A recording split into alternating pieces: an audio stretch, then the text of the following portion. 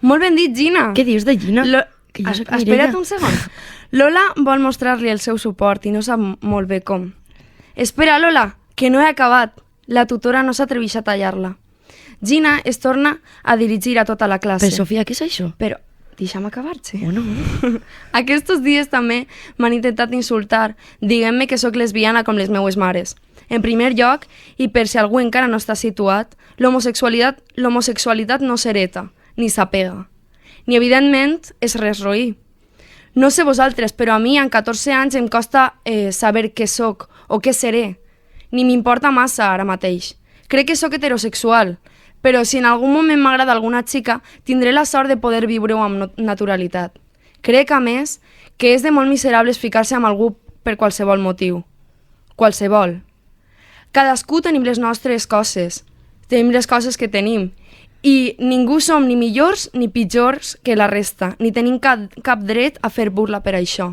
I sobretot, ningú de nosaltres no hem triat les famílies que tenim. Però, Sofia, anem a la secció ja? O... A veure, espera un segon, que és que això està molt interessant.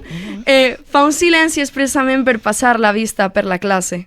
Helena no alça els ulls de la taula des de fa molta estona. Molts caps assentixen les últimes paraules. Enric li aguanta la mirada. «Mi són la nostra responsabilitat», continua Gina. Vull dir que si ja és patètic ficar-se amb algú per ser alt o baix, per tindre el nas gran o el cul xicotet, per ser homosexual o trans o el que siga en cada cas, crec que encara és més rep al que siguen o facen els nostres pares i mares. Els germans i germanes que tenim o deixem de tindre o qualsevol altra cosa que vos passe pel cap. Gina sospira, alleujada, i intenta repassar mentalment tot el que acaba d'explicar. No vol deixar-se res en el tinter. I ja està. Això era tot el que vos volia dir. Jo no tinc res a amagar. I sense res a amagar, serà difícil que em torneu a fer mal. Un somriure ample de satisfacció per la faena ben feta i ompli la cara de galta a galta. Si algú vol fer algun comentari, ara seria el moment. Ningú diu res. Ni tan sols Lola sap què dir. De manera espontània, Joana comença a aplaudir. En un parell de segons se li suma a tothom. El soroll és ensordidor. Bé, Sofia, ara ens vas a dir què és això? Ja va. A veure, bàsicament és que els alumnes de tercer de l'ESO han llegit un llibre que es diu Res a amagar, que em sembla molt interessant i que tracta tots aquests temes que acabeu d'escoltar i hem pogut parlar amb l'autora del llibre i resulta que tenim una entrevista gravada, ojo, a Radio Pere ja per fi a l'estudi de gravació, així que vos la duguem en exclusiva. Ara ho entenc tot.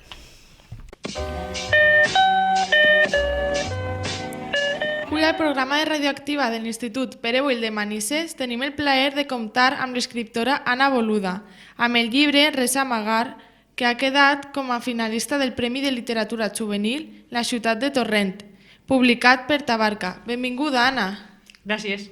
Per a presentar a la persona que ens acompanya, he de dir que va néixer a Alcoi en 1976 i va estudiar comunicació audiovisual a la Universitat de València i va obtindre un màster en periodisme a la Universitat de Nova York amb una beca Fulbright. Cal dir que avui tenim l'oportunitat de parlar amb Anna sobre la novel·la Res a amagar, que hem llegit al llarg d'este segon trimestre en l'assignatura de valencià, recomanada per Monti Montón. Hem llegit que el teu treball, fins ara, ha sigut fonamentalment audiovisual, curtmetratges, vídeos, molt relacionats amb el món científic. Anna, quan decidiries començar a escriure obres de ficció com aquesta, Res a amagar? Ha anat en paral·lel. Jo, de manera professional, escric textos periodístics sobre molts temes, sobre ciència, sobre dones, sobre moltes altres coses, i també faig vídeos i documentals, com dèieu, però va arribar un moment en què vaig decidir tornar a escriure. Jo havia escrit quan tenia la vostra edat, quan estava en l'institut, i després vaig perdre el temps. Ja, vull dir, no em quedava temps, havia d'estudiar molt en la carrera, treballar, i fa 4 o 5 anys vaig decidir tornar a reprendre l'escriptura com a hobby. Per agafar un poc de mètode i de rutina em vaig apuntar a alguns cursos d'escriptura i allà és on va començar a néixer la idea de fer Res a amagar. Dius en una entrevista que l'objectiu de la novel·la és que com a mínim els adolescents que siguen còmplices de l'assetjament del bullying se n'adonen que no és correcte insultar a qui consideren diferent. La teua novel·la està basada en fets reals? Pràcticament tot del que passa en la meva novel·la és veritat, però no tot li ha passat a la mateixa persona. Alguna de les coses que s'expliquen, tant a les situacions d'assetjament o d'insult que pateix Gina, que és la protagonista actual, com les que va patir una de les seues mares, li han passat a algú que jo conec o alguna fins i tot a mi, però no totes, per sort, a cap personatge real. Creus que la gent com nosaltres de tercer d'ESO està canviant l'actitud de l'homosexualitat comparant-nos amb la teva època d'estudiant? Comparant amb la meva època d'estudiant, no n'hi ha color. Vull dir, és que ara com a mínim sabeu que això existeix. Aleshores hi havia un silenci absolut, era un tema tabú. D'homosexualitat es parlava molt poquet i pràcticament sempre de manera negativa. I això estic parlant de l'homosexualitat masculina. La femenina era com que això no existia, com que no hi havia dones lesbianes. Aleshores, qui era adolescent i pensava que podien agradar-li les dones es trobava absolutament desorientada. Consideres que caldria ensenyar-nos una educació sexual i emocional d'una manera determinada a l'institut? No sé si d'una manera determinada o no, però una educació sexual, no sé quin és el cas en el vostre centre. Jo estic anant a visitar molts instituts i en alguns no tenen absolutament cap informació. Cap informació d'educació sexual en general.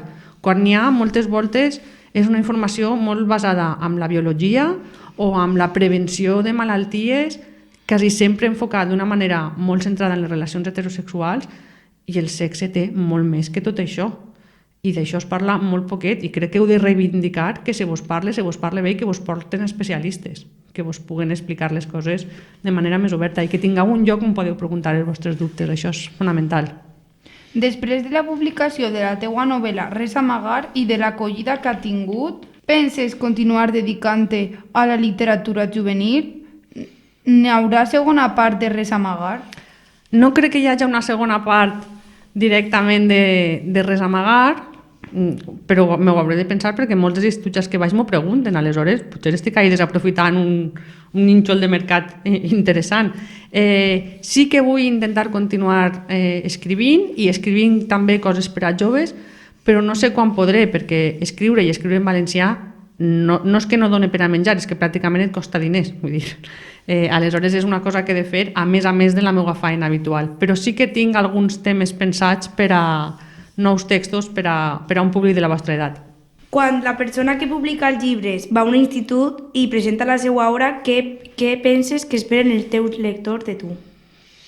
No ho sé, això m'ho hauríeu de dir vosaltres. Jo faig el que puc. Jo el que he vingut és a explicar-vos no tant el contingut del llibre, perquè els que ja l'heu llegit ja se'l sabeu, i el que no l'ha llegit encara, que l'agafi a la biblioteca i se'l llisga, o que li demani a algun company o companya i que el puga llegir, però jo vos volia explicar els motius que jo he tingut per escriure un llibre sobre aquesta temàtica. Jo no sé què espereu, jo sé que altres escriptors quan visiten instituts parlen més del procés d'escriptura, de per què escriuen.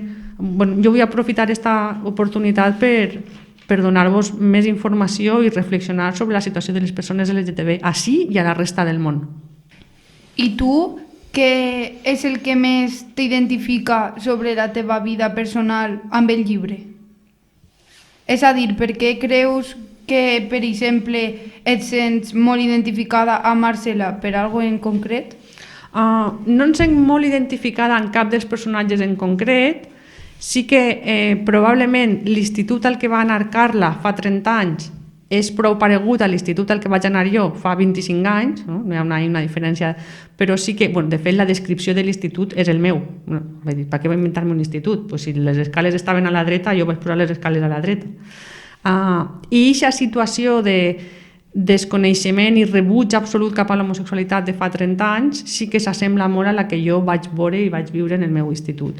I després m'identifique en coses concretes en alguns personatges. Per exemple, Joana, que és una persona que quan la insulten o quan veu una situació d'injustícia de seguida salta, pues és prou la que jo era quan tenia la seva edat d'adolescent, no? de saltar contra les injustícies de manera molt directa i a voltes un poc kamikaze fins i tot.